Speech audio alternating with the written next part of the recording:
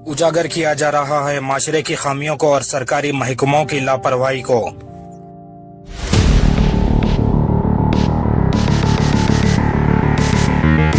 कोहिर बल्दिया हुक्काम कचरा उठाने और तरक्याती कामों को हल करने में हुए नाकाम। आखिर इतनी लापरवाही और सुस्ती की वजह क्या है?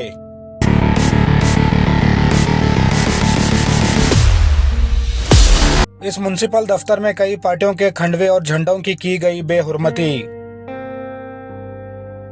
कोहिर बल्दिया अपने ही दफ्तर का कचरा सफाई में नाकाम नजर आ रही है। क्या ये कोहिर बल्दिया के वार्डों की सफाई कर पाएगी?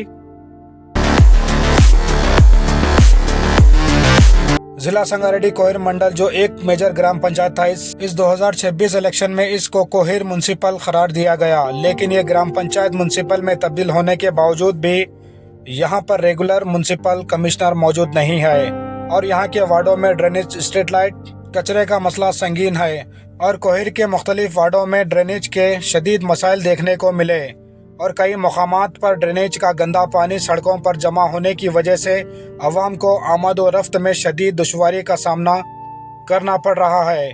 गंदगी से बीमारियों के फैलने का भी खदशा पैदा हो सकता है और इसके अलावा कोहिर आंगनवाड़ी स्कूल के रूबरू खुली नाली की वजह से स्कूल को आने वाले मासूम बच्चों को काफ़ी दुश्वारी का सामना करना पड़ रहा है। ऐसी गंदगी से बच्चे बीमार हो सकते हैं। अरबाब मजाज को चाहिए ऐसे मुतालिका हुक्काम पर कड़ी से कड़ी कार्रवाई करते हुए इन्हें नौकरियों से बर्खास्त किया जाए ताकि दोबारा ऐसी गलती ना हो सके। और इस मौके पर समाजी कारकुन सरवर फिरदौस ने बताया कि इन मसाइल को कई मरतबा मुतालिका म्युनिसिपल हुक्काम के सामने पेश किया गया और अवाम की परेशानियों से आगाह किया गया, ताहम इसके बावजूद अब तक कोई खातिर ख्वाह कार्रवाई नहीं की गई। The bureau report, W9 news.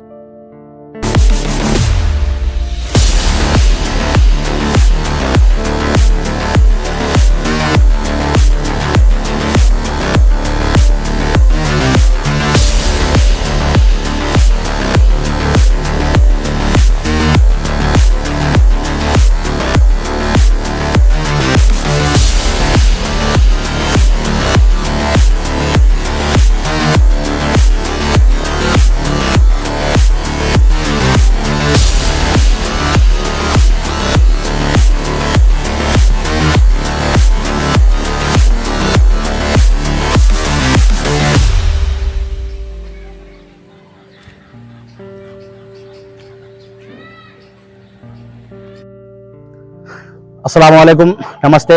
आज जो है सो कि मैं मीडिया चैनल्स के जरिए तमाम कोहिर नहीं बल्कि संगारेड्डी नहीं बल्कि तेलंगाना की आवाम तक और आला अहदेदारों तक मैं एक मैसेज देने के लिए आज आपके सामने एक वीडियो के मीडिया चैनल्स के जरिए आपके सामने आया हुआ हूँ कि हमारा जो है सो कि कोहिर पहले पुरानी तारीख में जो है सो कि म्युनिसिपल था, उसके बाद मेजर ग्राम पंचायत बना। अब जो है सो कि रिसेंटली 2 साल हो गया म्युनिसिपल बन के, तो 2 सालों में जो है कि हम 1.5 साल तकरीबन 7-8 महीने से सुन रहे हैं कि 16 करोड़ रुपए आए हुए हैं कोहिर के डेवलपमेंट्स के लिए, लेकिन 1.5 साल हो गया सिर्फ हमारे कान को खुश किया जा रहा। मैं ये रिप्रेजेंटेशन कलेक्टर साहिबा तक भी दिया, इंशाल्लाह ताला मैं CDMA को भी जाने वाला हूँ इंशाल्लाह आफ्टर रमजान। तो आप जो है कोहिर के जितने मेजर इश्यूज हैं मैं मीडिया चैनल्स के जरिए अभी वीडियो उसमें भी आएगा। सबसे बड़ा काम जो है कि बसंतपुर का है, दूसरा काम जो है कि तपचीवाड़े का है, तीसरा काम जो है जहांगीरवाड़े का है।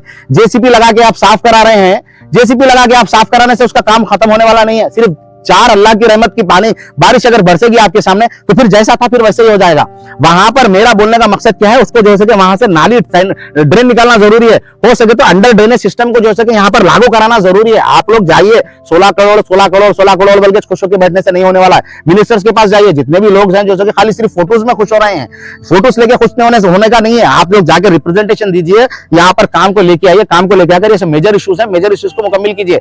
और मैं इससे पहले भी रिसेंटली एक एप्लीकेशन लगाया यहाँ पर, हमारे सवर्णा मैडम को दिया, लाइट्स के ताल्लुक से एप्लीकेशन दिया, अभी तक लाइट्स का काम नहीं हुआ क्योंकि सुबह रात के टाइम पे जो है सो कि हमारे खवातीन हो, हमारी माँ बहनें जो है सो कि चाहे हिंदू बहनें हो, चाहे क्रिश्चियन बहनें हो, चाहे मुस्लिम बहनें हो, तमाम की तमाम जो है बस का सफर करती है सुबह एक्सप्रेस का। आप देखिए पूरा अंधेरे में बैठ रही हैं, चौकी पर भी हो या फिर जो है कोई के ऑटो स्टैंड पर हो, अंधेरे में बैठ रहे हैं। कोई काम का डेवलपमेंट नहीं है। लाइट लगा दिए, 55 लाइट लगा दिया, 60 लाइट लगा दिया, मेरे वार्ड में 50 300 लाइट लगा दिया, बोल रहे हैं कहाँ है लाइटा लगाने वाले। देखिए आप जाके आज भी अंधेरा, देखिए स्टेशन के पास देखिए पूरा अंधेरा है, भरा हुआ है। कोई काम नहीं हो रहा 10 सालों में। अब हम किसी से अगर क्वेश्चन करेंगे, कांग्रेस गवर्नमेंट से करेंगे तो कांग्रेस वाले बोल रहे हैं कि 10 साल में इन्हों क्या करे, उनको पूछे तो उन्होंने बोल रहे कि रूलिंग गवर्नमेंट में इन्हों है, तो फिर 10 साल में जो है टीआरएस बीआरएस पार्टी वाले क्या करे। मानिक साहब एमएलए साहब है, मानिक साहब के सामने हम कई मरतबा, मैं खुद बीआरएस पार्टी में काम करते हुए बीआरएस पार्टी से कई जगह जैसे कि मानिक साहब के सामने शिकायत दर्ज कराया, सब ये काम को कराना है, सब वो काम को कराना है, सब ये, लेकिन साहब का आज तक भी मुझे रिप्लाई नहीं आया, मेरे को समझ में नहीं आया। और रही बात और एक चीज, कोविड का सबसे बड़ा मेजर इशू मैं आपके सामने मीडिया चैनल के जरिए बताऊंगा। 4000 एकड़ से हमारी मुसलमान हिंदू भाई और क्रिश्चियन भाई रेड्डी भाई की 4000 एकड़ जो है 2018 में वक्फ बोर्ड में गजेट में डाली गई है, जो फेक गजेट है, वो गजेट को भी कोर्ट में हम लोग हाईकोर्ट में भी चैलेंज कर चुके हैं। हम लोग रईतू बंधु लेकर आए थे, मैं मानिक राव साहब को कई मरतबा बोला, साहब इसको आप असेंबली में आवाज उठाइए बोल के, मैं आज से नहीं 7 साल से बोल रहा हूँ, लेकिन आज तक मानिक राव साहब अल्फाज तक नहीं उठाए कोविड के ताल्लुक से हमारे पास जो है असेंबली में। वक्फ बोर्ड के ताल्लुक से एक बार तो आवाज को उठाना हमारा साहब का काम था ना, एक बार तो साहब का काम है विजिट करना, यहाँ पर म्युनिसिपल कमिश्नर नहीं रहे, साहब का काम है एक बार तो आके जैसे म्युनिसिपल कमिश्नर नहीं रहे, बैठ के बात करना, कलेक्टर साहब से तो बात करना। वो हाल भी ऐसी चाहिए, हाल भी ऐसा हो गया जैसा कि हम एक ढोलक बने हुए, इधर से कांग्रेस वाले मार रहे, इधर से टीआरएस वाले मार रहे, इस तरीके से हमारा कोविड का हाल हो गया। आप देखिए डेवलपमेंट, मैं मीडिया चैनल्स के जरिए पूरा तकरीबन जहां जहां पर कचरा है, जहां जहां पर भी साइड रेन का काम नहीं हुआ, जहां पर भी पोल्स हैं, जहां पर भी लाइट्स नहीं है, मैं मीडिया चैनल्स के जरिए ऑलरेडी पूरा तो बताया हुआ हूं, आप लोग वीडियो में देखेंगे। और रहा मसला ग्राम पंचायत के जो है ट्रैक्टर खराब है, 7 सिर्फ लेबर है, 7 लेबरों को बोल रहे हैं, वो भी एजेंट है, पूरा गांव साफ करो बोल रहे, कहां से काम करेंगे वो बेचारे, उनकी तनख्वाह सही बराबर नहीं मिल रही, टाइम पर नहीं आ रही, ये प्रॉब्लम्स है। तो मैं यही बात मैं मीडिया चैनल्स के जरिए तमाम हमारे कोविड का ताल्लुक से बताना चाह रहा था। मैं यही बात कहते हुए मेरी बात को खत्म करूंगा। कितनी हुई फैयाज भाई?